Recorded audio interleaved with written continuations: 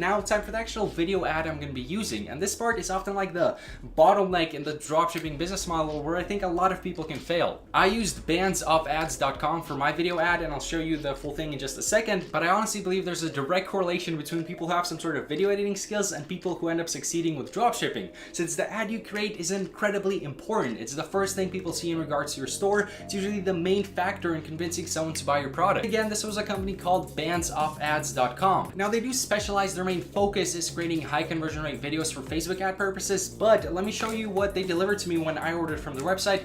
I think it can easily work for an Instagram theme page ad. So I'll go ahead and play the video ad for you guys right now. They do have some music absolutely slapping in the background, but I have it muted here so I can do a voiceover on top of it. But as you can see, they chose some very high quality 1080p clips for this ad. They even found the exact product that I'm selling with my AliExpress listing, not some kind of different other mascara, but the exact one I'm selling. I mean, this is a huge amount of work to gather all of these clips, make sure that they're high quality, and then edit them together and write text on top of it that makes sense and is grammatically correct. And I think they absolutely did that here. You can see they got some more shots, and they even have a little testimonial going at the end to kind of further convince potential customers to purchase.